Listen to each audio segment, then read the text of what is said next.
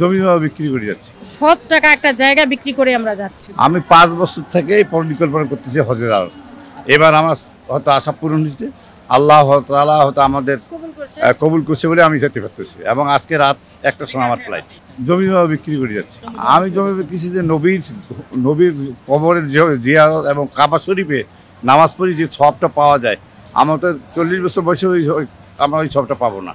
সেই হিসেবে আমরা যাচ্ছি এখানে। আমার পরিবারে আমার স্ত্রী যাচ্ছে, আছে মোটামুটি ভালো। আমরা 6 লাখ দিয়ে যাচ্ছি, সরকারিটা কিছু কম আছে। 87,000 100 বা 200 হাজি যাবে এবার। এটা মোটামুটিভাবে বাংলাদেশের জন্য প্রযোজ্য আমি মনে করি।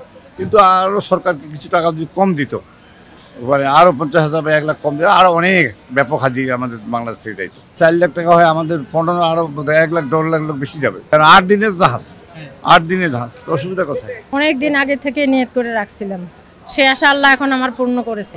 7 বছর আগে এটা ধীরে ধীরে আল্লাহর একটা হুকুমের দরকার আছে, আল্লাহ হুকুম করছে, কবুল করছে, এখন আমরা যাইতে পারতেছি। 7 টাকা একটা জায়গা বিক্রি করে আমরা যাচ্ছি। নিজে কেনা নিজের প্রত্যেক সম্পত্তি, মানে নিজের সম্পত্তি, না প্রত্যেক সম্পত্তি না, যাচ্ছি এটা আল্লাহর রাস্তায় যাচ্ছি। আল্লাহ যেন আমাদের হজ কবুল করে, এই জন্য যাচ্ছি। আপাতত কোনো দুর্ভোগে পড়ি নাই, ভালোভাবেই আছি। অবশ্যই খরচ কম চাই, সবাই যেন আল্লাহ তৌফিক দান করে যাওয়ার জন্য।